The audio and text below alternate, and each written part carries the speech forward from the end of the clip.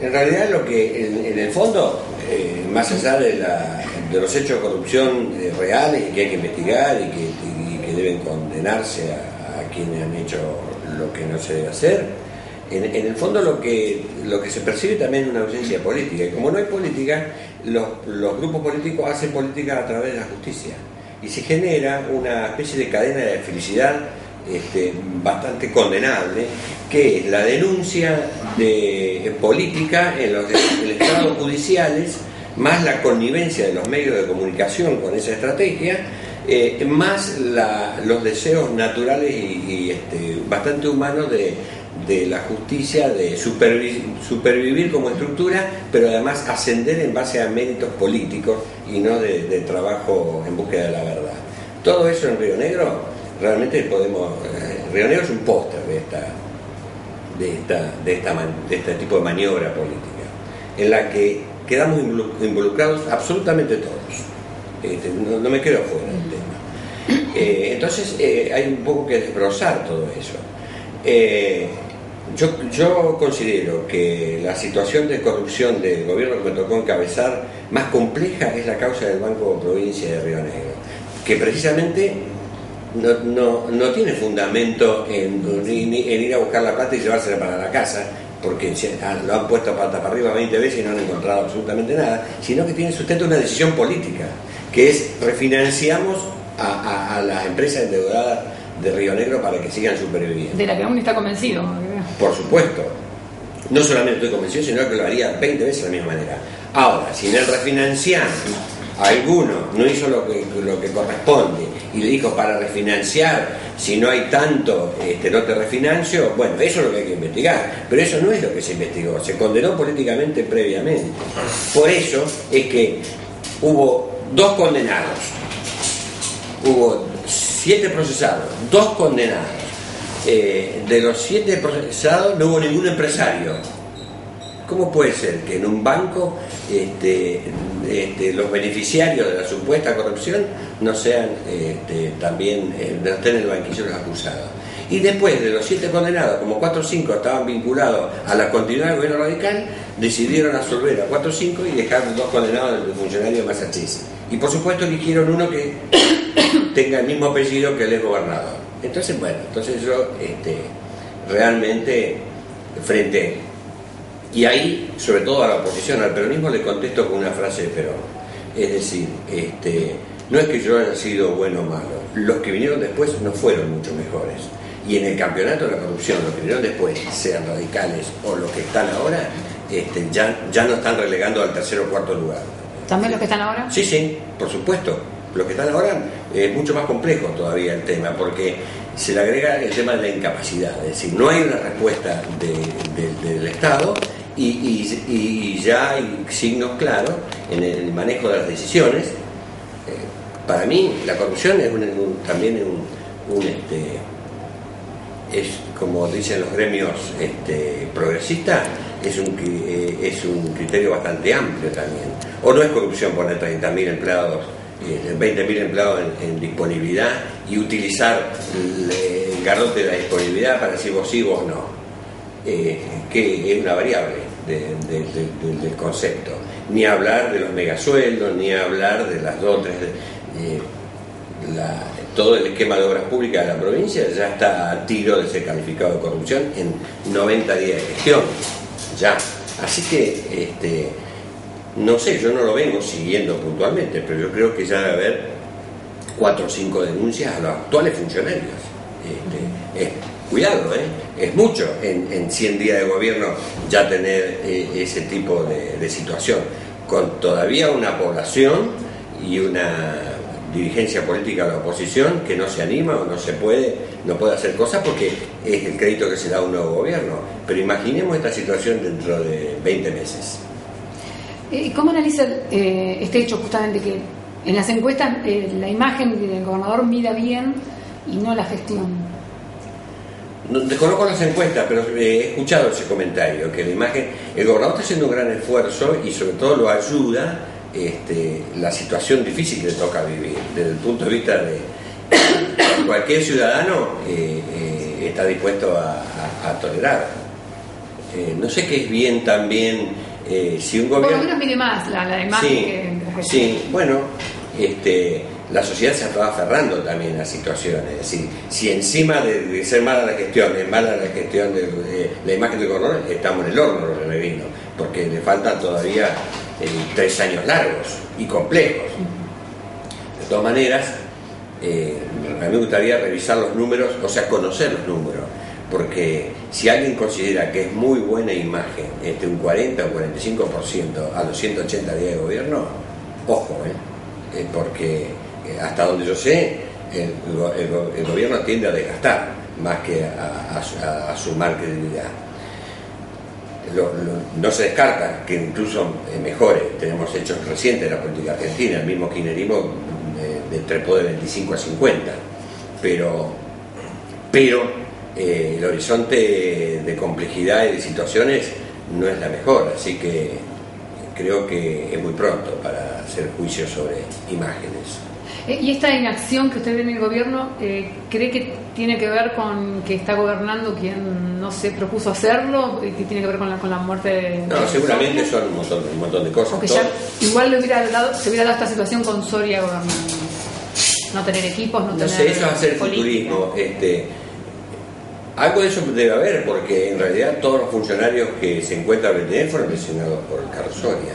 Ahora, si esos funcionarios hubieran funcionado de otra manera con el liderazgo de Soria, quiero creer que sí, que hubiera sido distinto. O sea, que tiene que ver con los funcionarios y no con las políticas que se plantean. Bueno, las políticas creo que no están claras, o son equivocadas. Por ejemplo, veo una ausencia y una ausencia y una falta total de política social. Esto más que verlo yo, lo está sufriendo los que la necesitan. Y si no, que lo digan los intendentes, que están en la base del conflicto.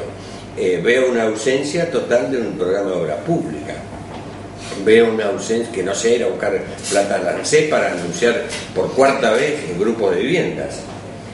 Veo que la planificación de la obra pública, por ejemplo la de vivienda, únicamente está inercialmente todo lo que dejó el gobierno anterior, y cuando eso se fractura, después hay un bache de un año y medio. Aunque aparezca plata, a la ausencia de proyectos va a llevar a que haya un año sin planes de vivienda cuando se terminen estos, y eso es irreversible, eso es así. Y bueno, y después otra cosa, ¿qué problemas hablamos? Hablamos del ferrocarril, hablamos de la política turística, hablamos de los planes, el plan calor, los planes sociales de los municipios, y yo siento que siguen hablando de la provincia que diseñó un gobierno que estuvo un tiempo antes, que no voy a decir cuál es, pero si seguimos con CEFEPA, no seguimos con CEFEPA, bueno, yo creo que Río Negro ya es hora que piense otra provincia, y ese creo es lo que le está faltando a la provincia, un grupo sobre todo el radicalismo llegó a tener 300 cuadros políticos en condiciones de sumarse a un proyecto de gobierno, terminó teniendo 30 gerentes y sigue un proyecto de gobierno. Entonces creo que eso es lo que tenemos que reconstruir. ¿Cree que Viedma, o considera que Viedma está siendo castigada por el gobierno provincial? Viedma tiene varias plagas. Tiene las 3 plagas juntas. Tiene la plaga de la recesión y la política nacional, porque el país entró en una meseta. El país se paró el consumo, se venden menos motos, menos autos, hay más complejidad para que el país funcione. O sea que si tuviera todo bien en Viedma, igual sentiríamos esa situación como la está sintiendo el resto de Argentina. La segunda plaga o dificultad que tiene es el propio gobierno provincial, que como ha sustentado electoralmente una base en la zona del Alto Valle, y ha reeditado desde el punto de vista electoral la vieja fractura rionegrina. Esta provincia no funciona por un conjunto de parásitos que son los que están viviendo allá en Viedma, y cuando yo llegue lo voy a hacer funcionar, además a eso lo voy a castigar. Ese fue el centro de campaña, y bueno, dio un gran resultado electoral, pero ahora tienen que asumir que son gobierno y que la gente de Viedma también es rionegrina. Y cuidado, que Viedma representa al este de Río Negro. El este de Río Negro es una parte sustancial de la provincia y es parte de un proyecto.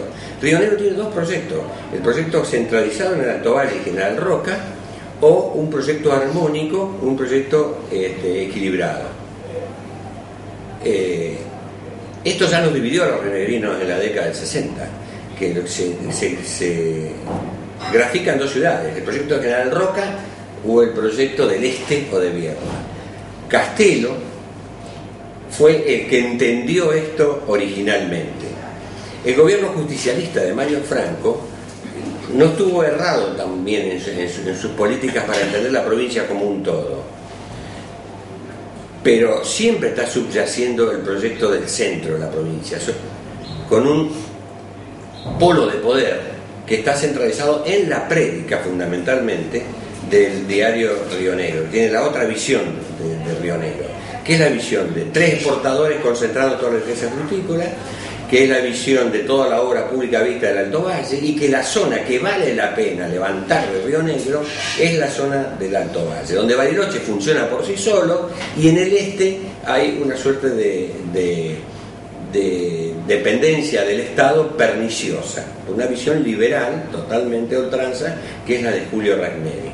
La clase política rionegrina siempre ha sido funcional a General Roca, a esta visión de la provincia. Y aquellos que hemos pensado diferente hemos logrado gobernar o imponer nuestra idea, o hemos sido estigmatizados, arrinconados. Bueno, esta es la pelea permanente. En la Argentina se da una cosa parecida: o se gobierna con el conurbano y se reparte el conurbano y se genera una concentración electoral, o tiene una visión integral de la Argentina. Bueno, el país se debate en eso. Lo más fácil es arreglar con la corporación, con el establishment, con los portadores, regalarle el puerto, regalarle la salud, darle la obra pública a todos esos sectores, y vamos para adelante los rionegrinos. Por ahí vamos, los rionegrinos de primera y los rionegrinos de segunda.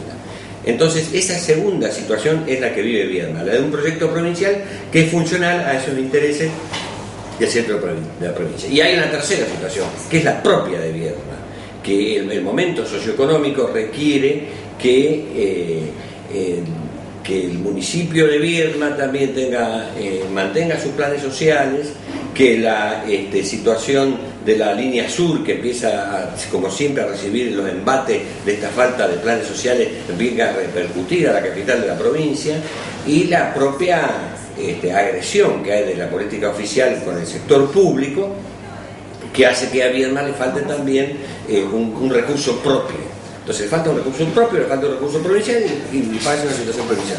Por lo tanto, los que vivimos en esta parte de la provincia tenemos las tres crisis juntas. Y bueno, no hace falta que se explique más, cada uno lo está sintiendo en lo que le gira a su hijo que está estudiando, en su sueldo, en la incertidumbre, en todo lo que esto significa.